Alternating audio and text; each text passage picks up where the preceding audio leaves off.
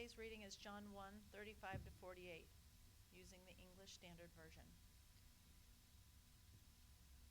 The next day again, John was standing with two of his disciples, and he looked at Jesus as he walked by and said, "Behold, the Lamb of God." The two disciples heard him say this, and they followed Jesus. Jesus turned and saw them following and said to them, "What are you seeking?" And they said to him, "Rabbi," which means teacher, "where are you staying?" He said to them, "Come, and you will see." So they came and saw where he was staying, and they stayed with him that day, for it was about the 10th hour. One of the two who heard John speak and followed Jesus was Andrew, Simon Peter's brother. He first found his own brother Simon and said to him, "We have found the Messiah," which means Christ. He brought him to Jesus. Jesus looked at him and said, "You are Simon, the son of John. You shall be called Cephas," which means Peter. The next day, Jesus decided to go to Galilee. He found Philip and said to him, "Follow me." Now Philip was from Bethsaida, the city of Andrew and Peter. Philip found Nathanael and said to him, "We have found him of whom Moses in the law and also the prophets wrote, Jesus of Nazareth, the son of Joseph." Nathanael said to him, "Can anything good come out of Nazareth?" Philip said to him, "Come and see." Jesus saw Nathanael coming toward him and said of him, "Behold, an Israelite indeed, in whom there is no deceit." Nathanael said to him, "How do you know me?" Jesus answered him, "Before Philip called you, when you were under the fig tree, I saw you."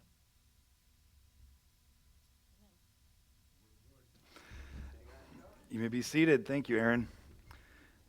So this morning, I'm glad you're here as we are kind of putting a bow on where we're at in this series.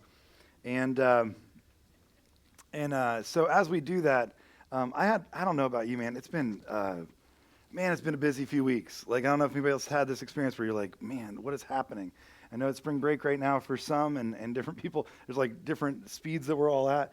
But a few weeks ago, I was in Fort Myers and I was at an event, and I was working on something, and I was at a restaurant with some people, and I left that restaurant, and that night I got to my in-laws' house. I was staying with them, and as I got to their house, I realized I didn't have my debit card, I didn't have my credit card, I didn't have my license.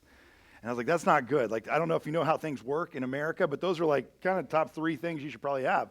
And so I was like, I don't have any of those. And I was like, I probably need to find those. And so the next day I was like, I'll just go back to that restaurant I was at last night, and I'm sure they have my debit card, my credit card, my license. I was like, they'll definitely have it, no big deal. So I went back to the restaurant that I was at the night before, and as I got there, I showed up. I said, "Hey, I was here last night." They were like, "We remember you." And I was like, I don't know if that's good or bad. I did eat a lot of nachos, so it's possible.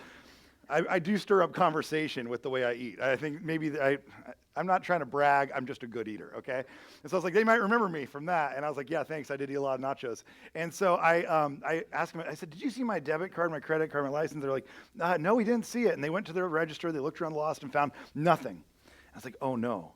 Now, right around the same time, that as soon as I left that restaurant, I looked on my phone because I thought somebody probably took these things. And I looked at my phone, and sure enough, there were 2 transactions in my bank that I did not recognize. There were 2 transactions that had happened back to back, same amount, and I was like, oh no, somebody took these things and they were using them. And so I called the bank, and I spent about an hour on the phone with the bank trying to cancel. My debit card was one thing, but that's different than the credit card. So then I had to go to a different line to get the credit card canceled. So I'm spending an hour on the phone with him. I'm frantically trying to figure out who has these things, where they are. I'm driving around the city trying to find out who might have these things of mine. I'm trying to now figure out, do I have to get a new driver's license? Am I going to have to order a new one, a replacement license? Do I wait it out, or do I have to go do that? Now, I am multiple hours away from home, and I'm like, I probably should just go ahead and order a new license so that I have it on the way. So I go and I find the website, and I don't know if you ever used a government website, but they're super intuitive. And so I figured out how to order a new driver's license, got that in the mail, and I had a little receipt in case I got pulled over or something like that. I have now all these things. I've spent so many hours on this, so much stress, so much worry on these things, and finally I find out that I get all these things ordered. I get everything taken care of. I go to my bank. They print me a new debit card. They say they're going to mail me a new credit card. I get that taken care of.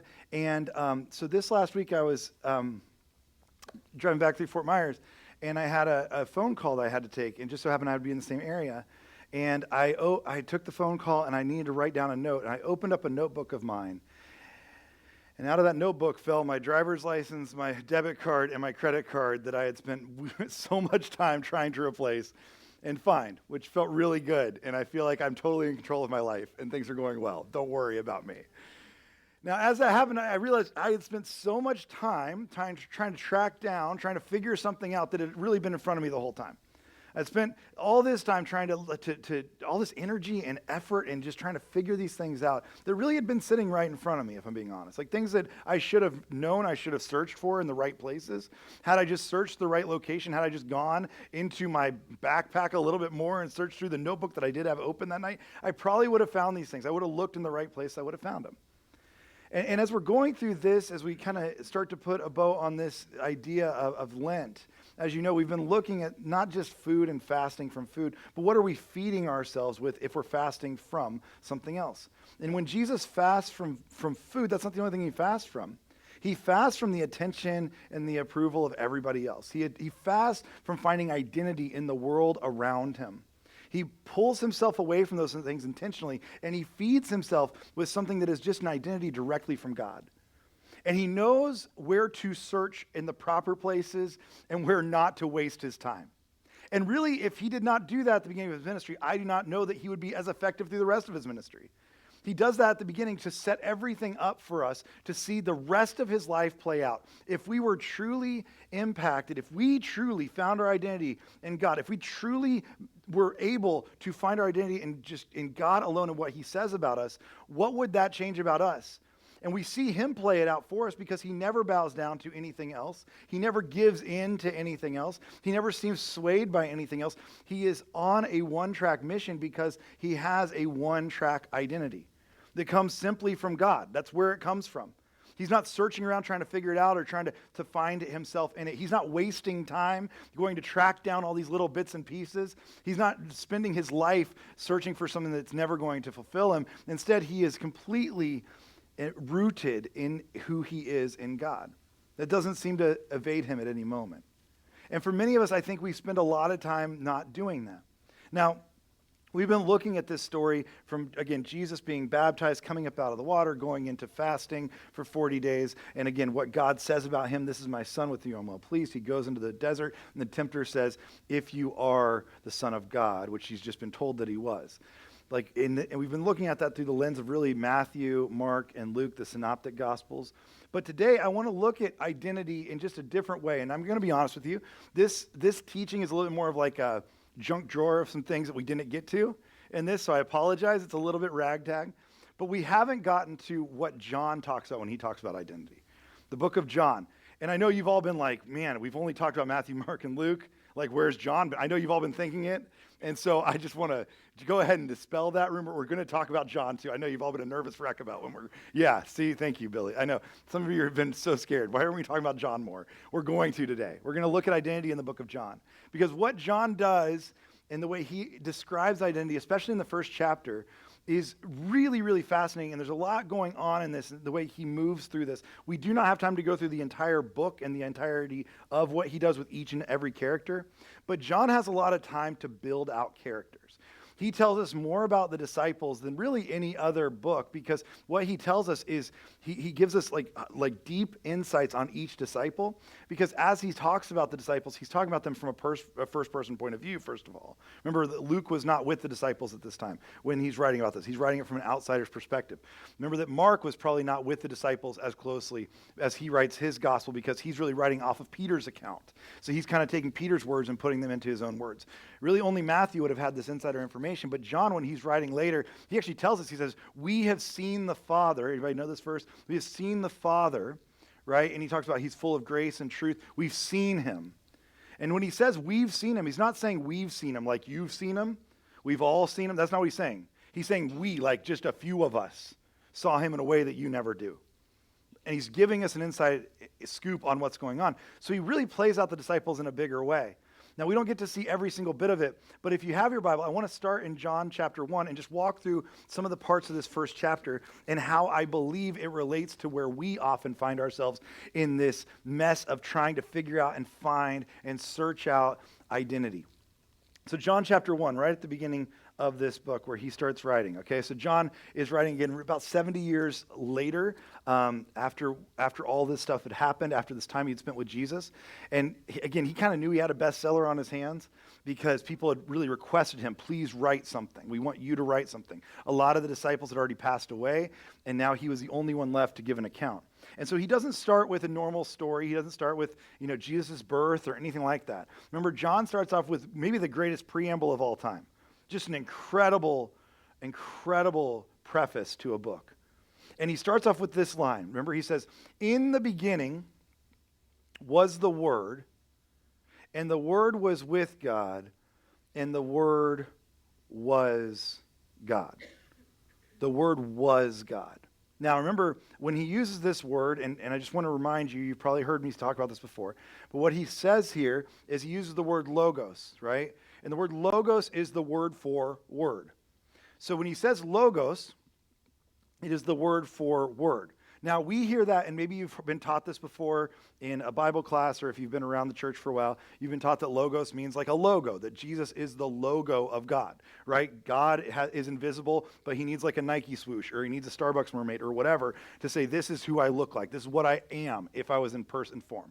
That is true. That is not wrong as to what John's writing here, but it's much deeper than that. What John's writing here when he talks about the logos is he's talking about the meaning of life. Logos was a term used by Greek philosophers to try to understand what the meaning or the purpose of all of life was. The philosopher Philo wrote about this in 25 AD. Philo wrote that this is the definition he gave of logos. This is in 25 BC, before Jesus. This is 25 years before Jesus. He writes this, that logos was the universal divine reason, immanent in nature, yet transcending all oppositions and imperfections in the cosmos and in humanity. An eternal and unchanging truth, present from the time of creation, available to every individual that seeks it. That's what the logos is. It's an unending, unchanging truth that has been around since the beginning of time. That's what logos means. Logos is all of those things. Logos is everything that has been, everything that will be. That's what logos is. It's a never-ending, unchanging truth, and he says everybody has access to it. So when John writes this, knowing he's writing to a Greek audience, he's saying that's what you're looking for. That's what you've been searching for, is this purpose, this meaning, this full version of life, and that's what Jesus is. In the beginning was the unchanging truth. In the beginning was divine reason. In the beginning was this meaning of life, and now it has come to us in the form of Jesus. So it's much deeper than what we sometimes think happens here. And he starts to explain it as he goes through this, right? And so he talks about all the different things that this means. In chapter 1, verse 14, right? He goes into how this is the word, the logos, the meaning of all life, became flesh and made his dwelling among us. We've seen the glory of the one and only Son who came from the Father, full of grace and truth. He's showing us that this is now incarnate with us. And then it starts to diverge. I want to show you what happens because it's kind of interesting once we hit verse 19. So if you're looking at your Bible, which I hope you are, you'll see this whole preamble. 1 through 18. There's like this whole big preamble to the whole thing. You'll see a heading at the end of that section that says, John the Baptist denies being the Messiah. So we're switching gears here. He's moving out of the preamble into the story. And when he starts the story, this is what he starts the story with. He says, now this was John's testimony. Remember, this is John the Baptist that he's talking about now, not John the person who wrote this book. John, the person who wrote this book, calls himself what? He calls himself the beloved, right? The one that Jesus loved when he talks about himself because he's like better than you. Don't worry about it. But this, Jesus' favorite child, that kind of thing.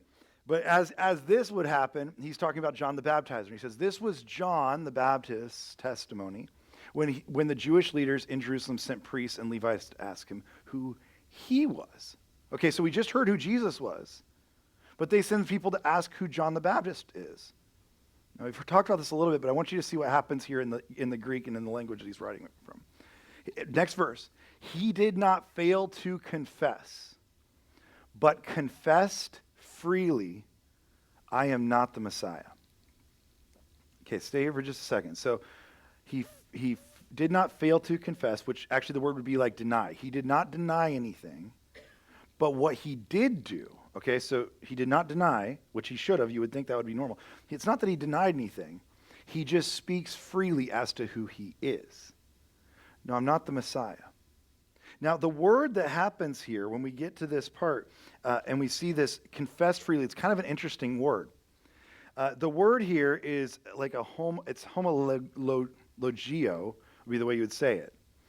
And what this word is, it means, so if you see it, I hope you see this, by the way. It's made of two parts. The first part is this homo, which means like one. There's a oneness. There's a singularity.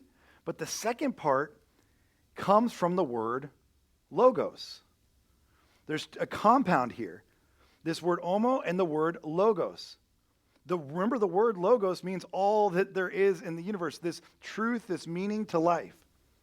And what John's setting up here is there's a spot right here where he's defining the differences here. He's defining something here. So we just talked about Jesus, and we've been on the singular path of Jesus. But from here, because of who Jesus is, we diverge these two things. That Jesus is not who John is. He is not, however, he very much is. It's amazing that John, what this means, this homo logos, is that there is no part of him, so it's singular, right? There's no part of him that has any conflict within himself. There's no part of him that is at conflict with himself. Think about this for a second. So the logos within him is singular, homo logos. He has no conflict saying, I am not the Messiah. He is 100% convinced of who he is. And we start to diverge here. So John is saying this is not who Jesus is. It's divergence. But at the same time, it is very much a defining. I am defining exactly who each character is in light of who Jesus is. Jesus is the logos, and everybody else is defined in relationship to Jesus. They have no identity without Jesus. John does not set up the identity of anybody without understanding the relationship they have to Jesus. And because they understand the relationship they have to Jesus, because they are able to be of Jesus without being Jesus, what you see is this homo logos. There is no conflict within them about who they are. Now, I don't know about you, and maybe I'm speaking to the wrong crowd. Maybe you don't deal with this at all. But I think there are times where it would be really nice to not have to have an internal conflict about who we are. Like, I don't think this is just young people that deal with this. In fact, again, as we talked about last week, sometimes we see it more actually in retirement age than we even do as young people. Knowing what we are and who we are, and being able to be completely confident in that. Like actually knowing without any reservation, knowing who we are, because we know in relationship with whom we are in. Like if we understand those two things, I don't think we have any conflict, but most of us, we spend almost our entire lives in conflict with these two things. We're constantly struggling to figure this out. Elaine Aring was an author in the early 1900s who wrote considerably about this stuff. And Elaine Ehrenberg wrote this book. I just love the idea of this book, and I'll tell you why we're going this way in just a second. But Elaine Ehrenberg wrote this book, and I think if you can identify with this at all, just the title of the book is one of the best I've ever heard. It's called The Weariness of the Self. In fact, it was written in French originally, and I like the title in French more. The original title was The Weariness of Being a Self. Like just having a self wears us out. It's exhausting. And Elaine Ehrenberg wrote this, and I promise we're going to get past the quotes in just a second, but please just follow my train of thought, even just indulge me for a second. Wrote this in The Weariness of the Self. The staggering rates of ubiquitous presence of depression in our society is directly linked to our contemporary society's obligation to constantly construct and maintain your own identity. We fall into depression because we're constantly trying to create and then continually improve upon an identity.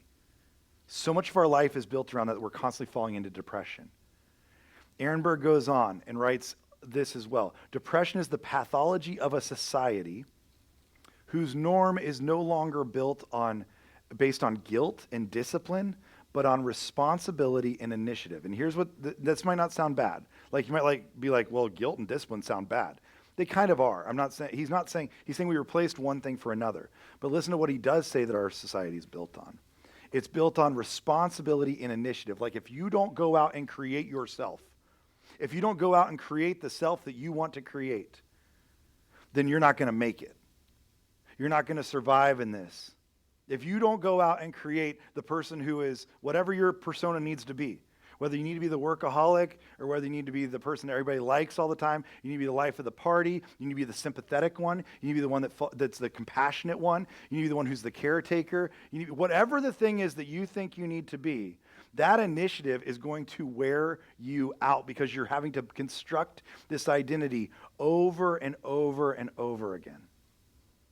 And while that sounds like one thing that happened with Ehrenberg, and Ehrenberg wrote his work got picked up, and it was used by Byung-Chul Han when Byung-Chul Han wrote The Burnout Society.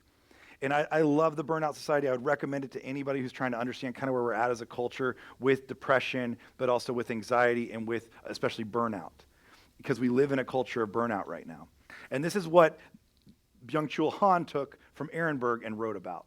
Depression, which often culminates in burnout, follows from overexcited, overdriven, excessive self-reference, like I need to constantly be important, that has assumed destructive traits.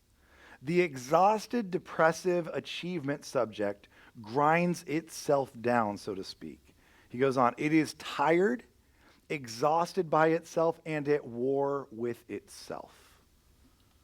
Entirely incapable of stepping outward and standing outside of itself, of relying on the other. I want you to see that. On relying on the other. On the world, it locks its jaws on itself. Paradoxically, this leads the self to hollow and empty out. It wears itself out in a rat race it runs against itself. We're wearing ourselves out by trying to consistently create some kind of identity over and over again. And it is exhausting. For some of us, that's like a really simple thing. Maybe you're like, that's not me. I don't have this problem. But I would say that most of us at some level, we're exhausted. And if we're being honest, we're exhausted over and over again because we're trying to figure out how to continually maintain an identity of who we are and who we think we should be. We're chasing something that doesn't really exist. We're trying to find something that we can't ever really grab hold of because we keep going to the wrong places. We're searching in the wrong locations for identity.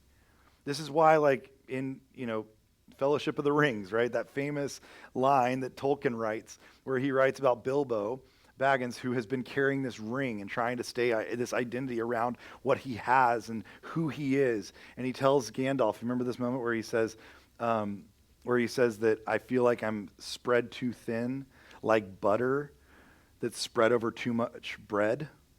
Like butter that's spread over too much bread. It's a beautiful line.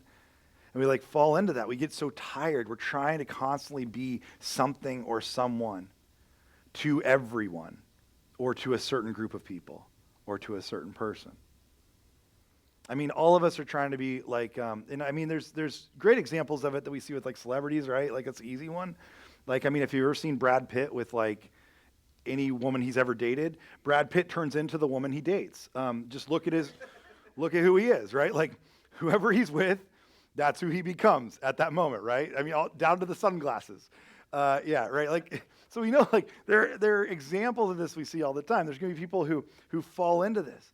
And we try to find some kind of affirmation, or we try to find some kind of approval from a person or people that we think we're trying to find our identity from.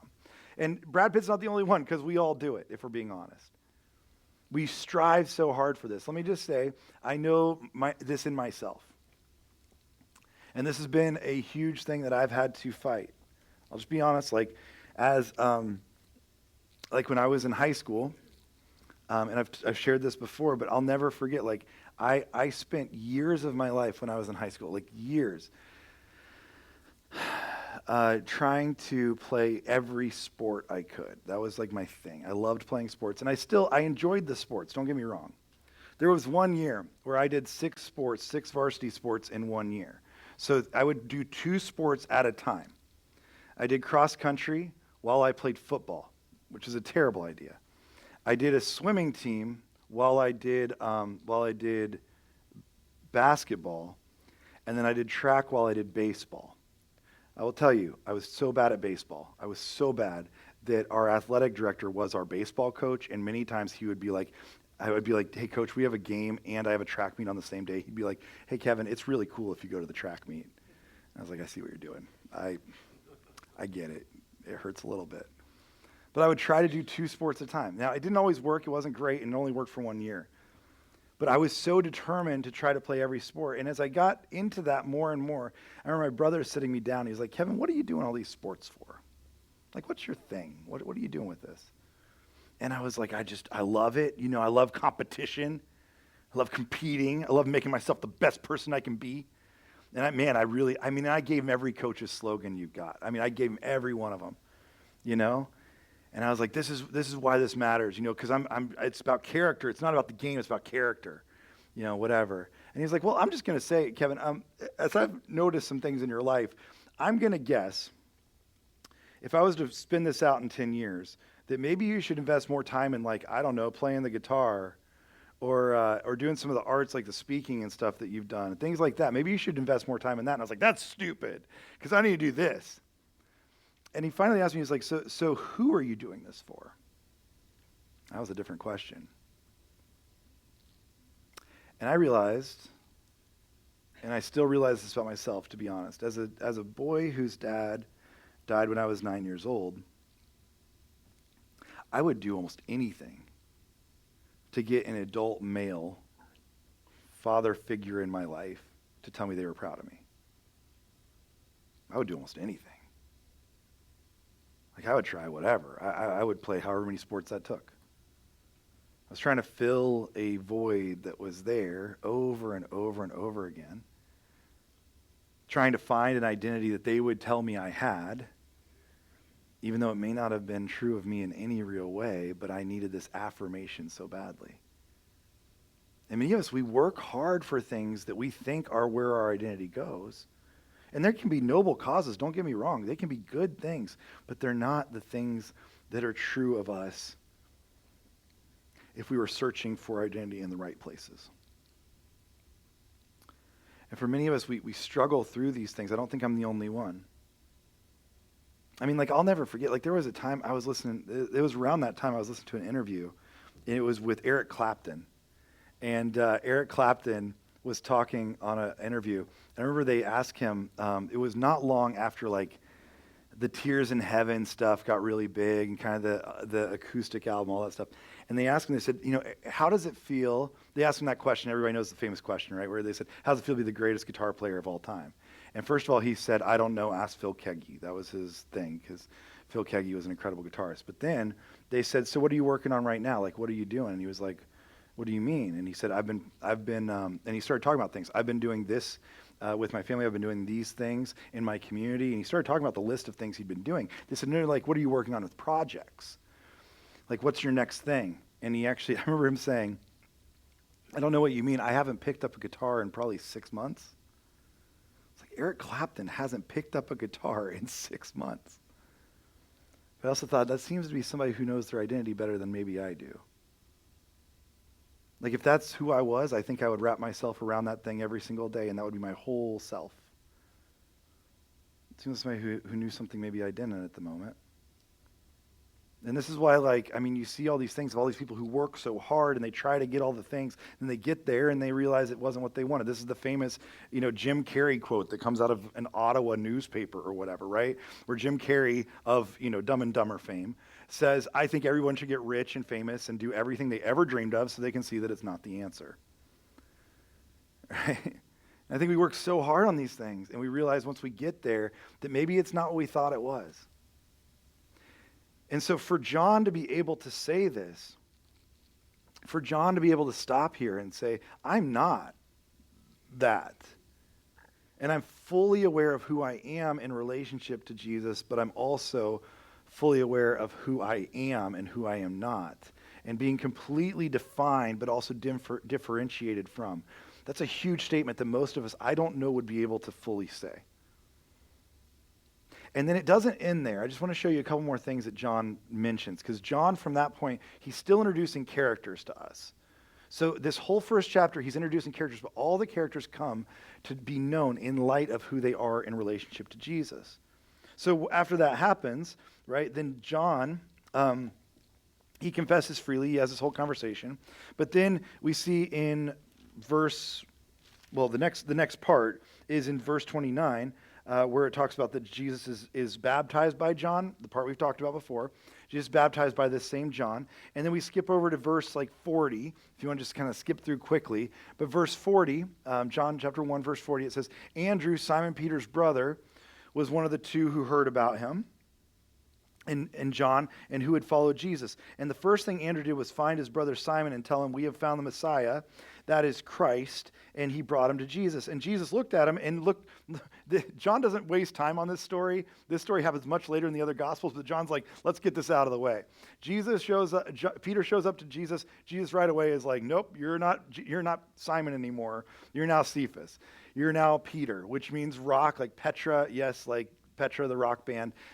That's who you are now. You're Cephas. And Cephas, and it's kind of funny, I don't know if John's meaning a slight to Peter here, because Cephas is not the same as Petra, which is in the other Gospels. Petra means rock, like the rock, like a big one. Cephas means a pebble. I don't know if John was trying to bring him down a peg. I don't know what was going on here between them. But he's like, you're a pebble.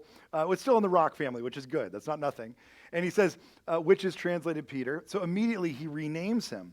And then it goes from there. The next day, Jesus decided to leave for Galilee, finding Philip. He said to him, follow me. Philip, like Andrew and Peter, was from the town of Bethsaida.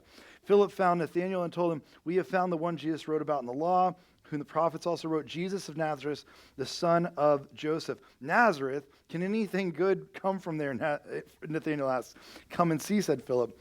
And when Jesus saw Nathanael approaching him, he said of him, truly, here is an Israelite in whom there is no deceit. And I love this question. Nathanael asks, how do you know me?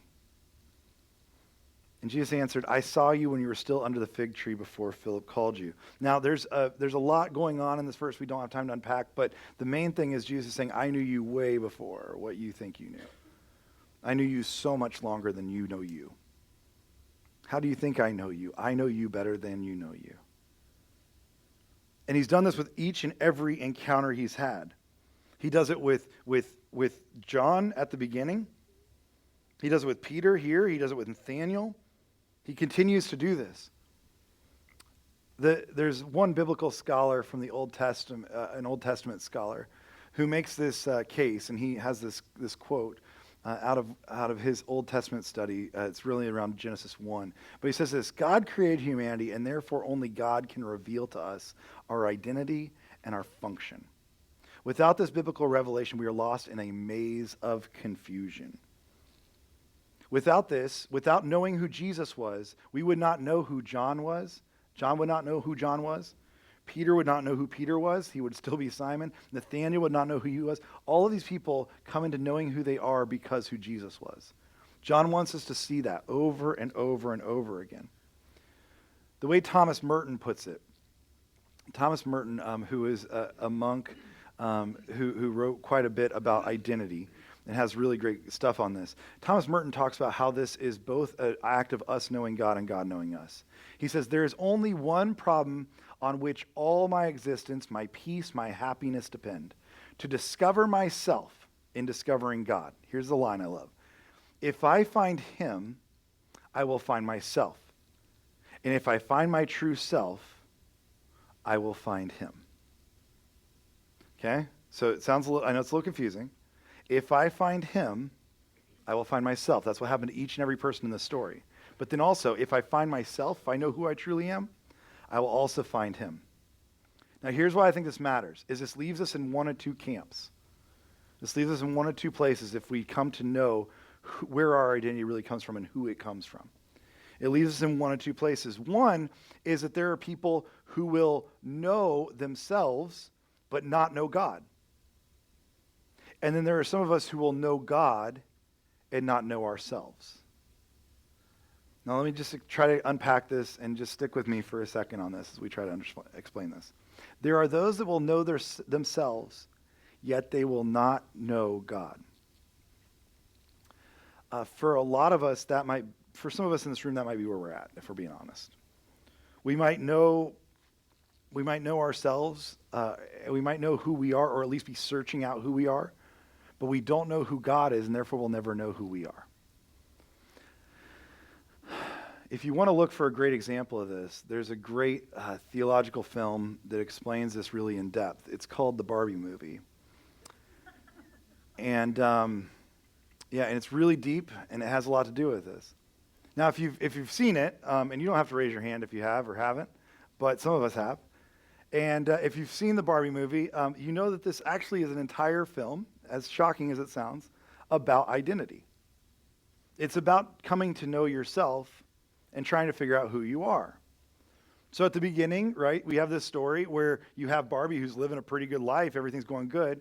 I actually found a person who made an entire diagram of this movie. This is what it looks like.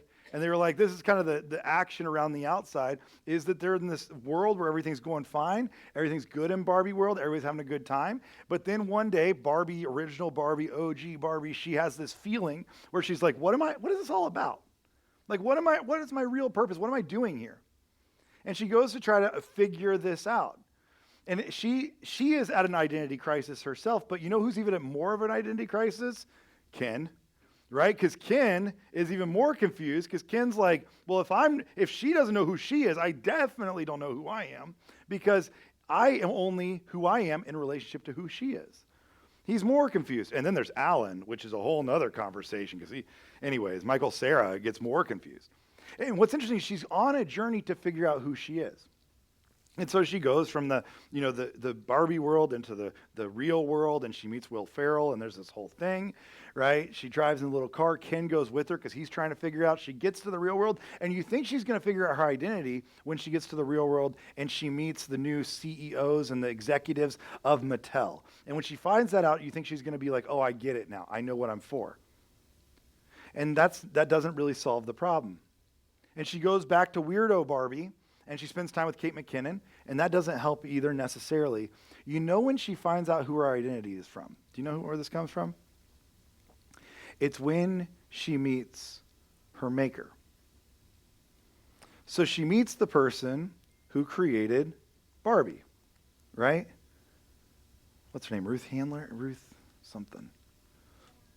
Yeah, good enough, right? Ruth Handler, the lady who created Barbie originally. Who took, if you know the story, she took Barbie to basically a trade show at one point and wanted girls to know they could be anything they wanted to be, and that was kind of where it all started. And she meets her. When she meets the maker, then suddenly she knows what she is for. And I don't know, again, there are deep actual identity themes through the whole thing. I mean, Ken has a whole thing where he's trying to figure out who he is, and he finds out if he's Knuff or not, right? He's trying to figure out if he can be that, and he sings a whole song about it. By the way, on the Oscars, it was a fantastic bit. But I mean, the song that actually won awards for this show is a song called What Was I Made For? The whole thing is an identity question. And once she meets her maker, she finds out her identity. And when she figures out her identity, she actually then tries to help Ken understand his identity, not in light of who she is, but on his own. The whole thing is this metaphor that actually, when I watched it, I mean, I was like, yeah, this is, whatever. This is a movie by Mattel. But there's a lot deeper meaning behind everything going on here. And the reason I think it resonates is not just because it's Barbie and not just because it's Margot Robbie and whatever. I think that it resonates in our culture because I think this is a big question we have a lot of times. And when we try to only know ourselves, but we don't know God, it leaves us in this burnout mode.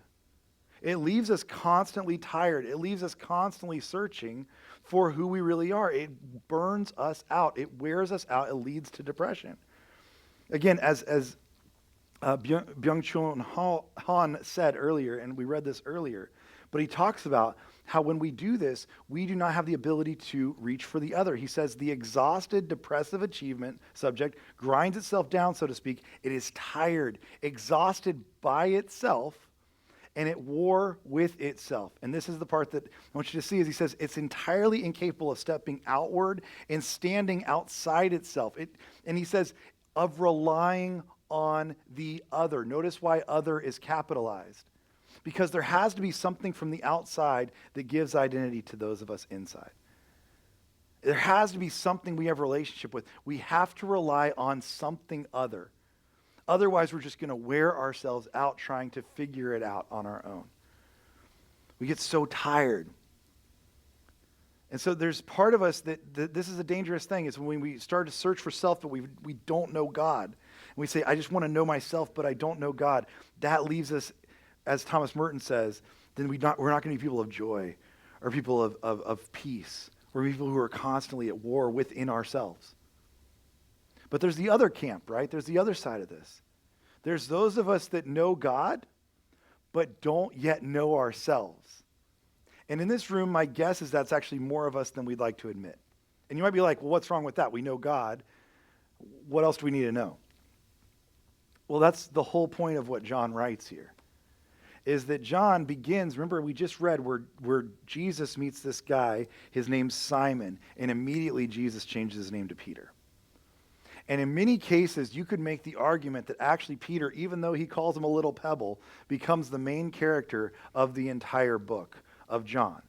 He becomes the one we identify with most and we start to understand the most. John and Peter seem to have this bond as they go through the entire story, and Peter has this massive development. Remember, they have this moment where you see Peter, and he comes on board, and Jesus is just walking along the shore, and he says to Peter, follow me. And Peter just drops his nets and does it. Anybody watch The Chosen? Anybody watch The Chosen at all? I'm not a huge, like, everything about that show, whatever, but I do like who they have for Peter because he's impulsive, and he's a little bit angry, which I think Peter was. I think he probably struggled with some anger. I think he was probably fairly prideful. I think he had some baggage that he was still trying to overcome. And I do believe that Peter was probably a guy more than almost anybody else besides Simon the Zealot that was looking for a way to overthrow Rome and was hoping that Jesus was the way to overthrow Rome. I think he had that bent to him. That's why we see him later do what he does. But Peter, he comes on board instantly because, I don't know if you know this or not, he's pretty impulsive. And he makes a snap decision. He drops his nets. What had Peter been to that point? Peter had been a fisherman. And from what we know, not a real good one. Like, our guess is he wasn't super good. What Peter had done to that point, remember, he would have gone, at that age, he would have gone through what was called Bet Talmud, which was like a primary school for all Jewish boys. And the good Jewish boys would have gotten picked by a rabbi. And they would have been taken to the next school and the next school. But because Peter is back at the boats with his dad, that means Peter wasn't good enough to make it to the next level. He didn't make it to his secondary school. He was not chosen. So he goes back to being a fisherman. Again, my bet is not a super good one. And he's frustrated with that, and he's doing what he does, but Jesus comes by and says, follow me, and he drops his nets immediately and just takes off. He's no longer under his father's company or his father's business. He's left that alone. He walks away, and most of us are like, good for him. He broke free of those things that were holding him back. He follows Jesus, which sounds good, but at the end of the day, this was going to be a much harder life than what he would have experienced, if we're being honest. Not because it's harder in the sense that he's following Jesus, although I do think that would be difficult because you have no money, you're going town to town, whatever, but because he's going to learn a lot more about himself in this journey. Constantly, Jesus is calling Peter out. Yes, they're like best friends, and we see Jesus and Peter have a really good relationship, but there's also a moment where, I don't know if you notice, Jesus calls him Satan. So they were good friends to a point. And then all of a sudden, remember, he says, get behind me, Satan, which is a little bit of a drawback as friends. I don't know how you recover from that, right? And constantly, Jesus is whittling away these rough edges that Peter has. He's constantly teaching in ways where I guarantee you that Peter is frustrated with him. We actually see Peter trying to be like, Jesus, you need more PR, not less. You need to go and capitalize on the things you're doing. And Jesus being like, no, I'm not going to do that. I'm good where I'm at right now. Peter and Jesus actually butt heads multiple times over things like that. All the way until we get to the last days of Jesus' life on this earth, where they sit down together at a table and Jesus says, one of you is going to betray me. And Peter, the impulsive one, the prideful one, the one who's had all these rough edges, he's like, well, not me. Absolutely not. Not going to do that. Right? And then Jesus is like, no, it's going to be you. You're going to do this before the rooster crows. And just even later that night, they go into the garden and Jesus is praying. And what happens? Jesus gets arrested. And Peter, the impulsive one, the one who's been looking, he's got this anger built up in him. Jesus is ready to be arrested. He actually seems to be just fine with it. Go ahead and cuff me. Let's go. And instead, Peter pulls out a sword and cuts off the soldier's ear. And then you see Jesus. I just imagine Jesus at that moment being like, oh, come on, man. Like they're already going to beat me. They were already mad at me. And you just cut off this guy's ear. Okay. He bends down, he picks it up, and he puts it back on the man and tells Peter to put away his sword. These are some real rough edges being refined. Peter's seeing maybe the darkest parts of himself come out at some of the toughest times in his life. And later that night, the next morning, whenever Jesus is suddenly being taken into a courtroom and being tried in front of everybody, and sure enough, Peter denies Jesus not once and not twice, but all 3 times. And the rooster crows, and Peter runs away. And he goes back to the identity he had before, which is to be a fisherman. And probably not a very good one. Because after Jesus resurrects, the end of the book of John, the very last words that John writes, are about this reconciliation between Jesus and Peter. And Jesus shows up on the shore, and he looks out into the boat, and guess what? You might be shocked to hear this. Peter hadn't caught anything all night. Jesus somehow already has fish. It's got to be really demeaning to have Jesus be better at your job than you are. Like, he's a carpenter. He's not this guy, and he already has fish, and he's on the shoreline. And he yells out to Peter, and Peter recognizes him instantly, and Peter does the full Forrest Gump, where he's like, Lieutenant Dan, and he just jumps in the water. He could have taken the boat to shore, but he just jumps in and swims. He swims to Jesus. He gets there as fast as he can. He's drenched. He gets up on the shore. Jesus already is making breakfast, by the way. Some of the fun miracles Jesus does are like these weird magic tricks that are just really fun to talk about. He's already making breakfast. He's like, have a seat. And they sit down. I guarantee you that there is this aroma in the air that smells like the barrels that Peter was around the night before as there were flames, and he smells that same scent of regret from denying Jesus 3 times. And so Jesus then asks him, do you love me, Peter? Peter says, yes. Jesus says, then feed my sheep. Do you love me, Peter? Yes. Feed my sheep. He asks him a 3rd time. And Peter gets agitated because Peter is angry, because Peter's a little prideful, because Peter's a little impulsive. And he's like, hold on, let's get this moving now. And Jesus asks the 3rd time, why? Because he had been denied 3 times, and now he's reinstating him 3 different times. If you love me, then feed my sheep. And then Jesus gives us his final words where he's talking to him. These are the last words that John records in any story. And then he just kind of gives a quick little end point on the story, and he's just done. But what he does here is he just gives this quick little thing. He says, very truly I tell you, Jesus says to him in John 21:18. When you were younger, you dressed yourself. You went where you wanted. Do you see this? When you were younger, when you didn't understand your identity, this is what you did. This is how you operated. But when you're old, you'll stretch out your hand and someone else will dress you and lead you where you do not want to go, because you're not just your own anymore. Your identity is not just you anymore. Someone else is going to lead you through this. And it's going to go where you don't want it to. Jesus said this to indicate which kind of death Peter would have to glorify God. And then he said to him, again, the words that he started with, follow me. Now, if Peter would have just known God, that's great. But would Peter have been a fully fledged disciple who was capable of actually doing things, knowing his identity, had he not known himself? And here's what I mean, not just the good things about himself, knowing the bad, knowing the faults and the flaws within himself. This is why we don't just come to know God, we have to know the self as well. Because I'll be honest with you, let's just use the church as an example.